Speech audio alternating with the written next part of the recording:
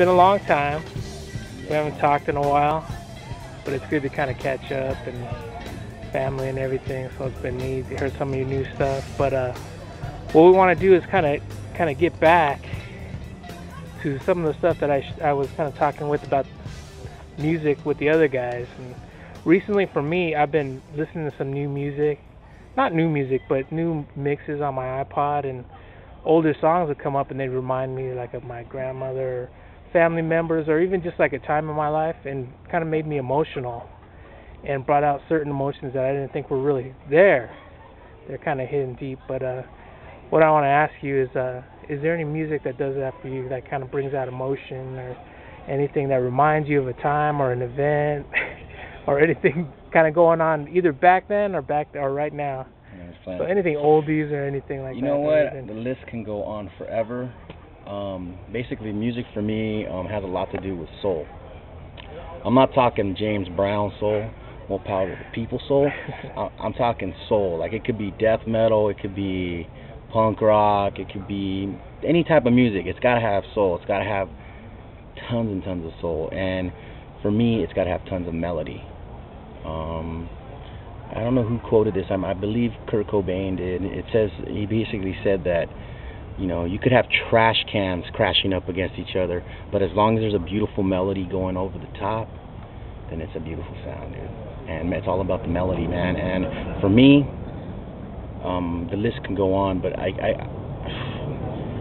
everything from U2 to Santana to James Brown to Johnny Cash. I mean, I love music with heart. And I don't know, what am I listening to at the moment?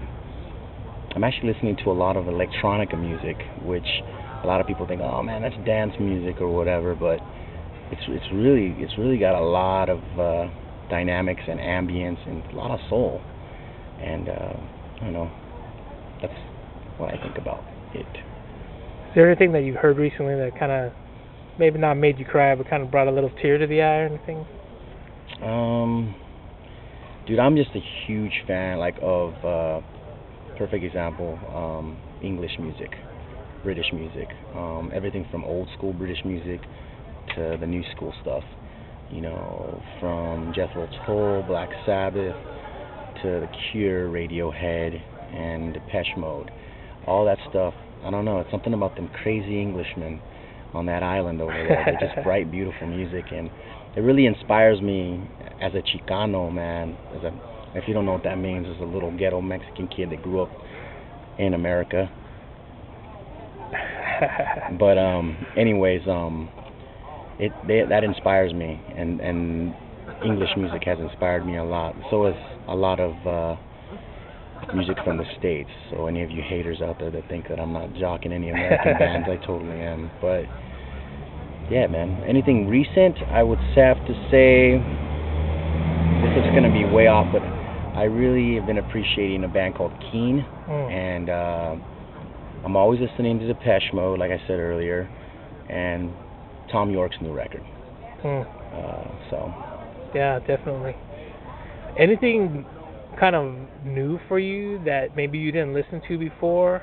I know with me, what's is kind of funny is I've been listening to more like electronica also, and then you know, I've actually been listening to more like classical music. I found classical music. Like I didn't have any classical music. Yeah. And now me and the kids, we listen to classical music all the time, like we're studying or reading or something like that.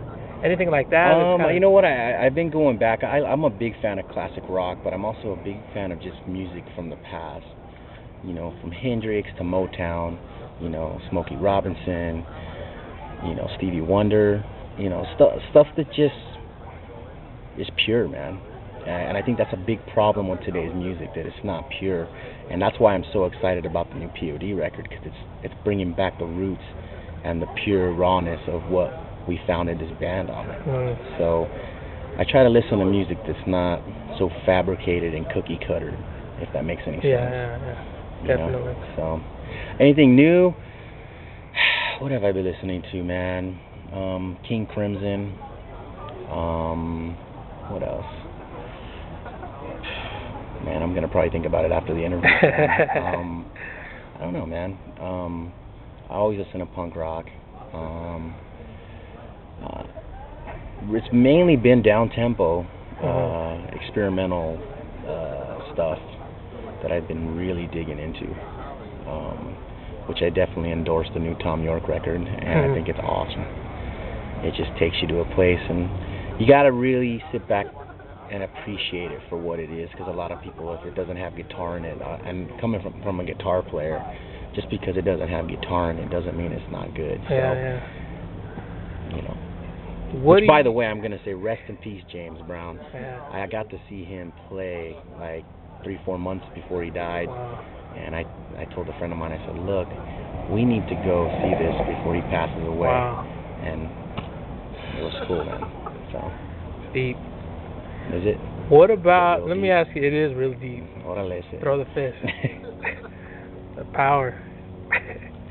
Let me ask you this.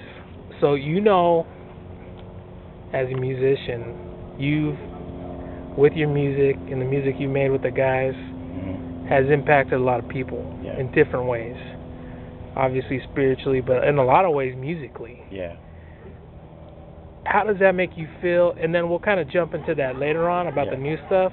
But how does that make you feel, like the music, the art that you've created has impacted so many people around the world, not just in the States, but around the world? Well, it's kind of a trip, man, because, you know, coming back to this situation that I created with WOV, 14 years ago? Was that? I don't know. It's been 14? It's been a while. And to see, you know, even when I wasn't there, still go, and still people digging it, I was like, man, dude, this is a trip.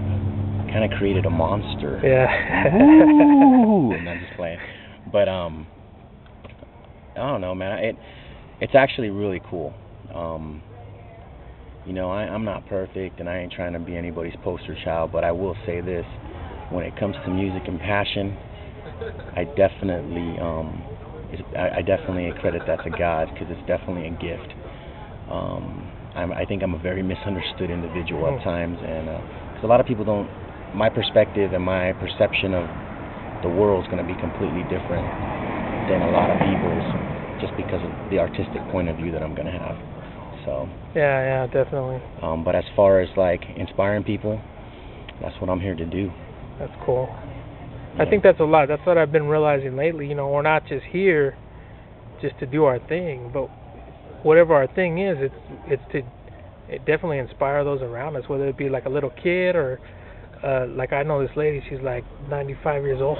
Yeah. And she's ready to go, but you know, the little bit I can do can inspire her. So yeah, I think that's the same, that like on a big level with what you guys do. You know, it's keeping an open mind, not standing snobby and saying, you know what, I got it all figured out. Keeping an ear open, keeping an open mind to always, I don't know, being able to accept the fact that you can learn from anyone. So that's what I try to do. You know, I think we're all on our own journey, and I'm definitely blessed. God's blessed me with a beautiful son, and with the talent to play, man. And I have such a passion to play, you know, and I'm stoked. Thank you. My hat goes up to you. Thank you very much. Mwah.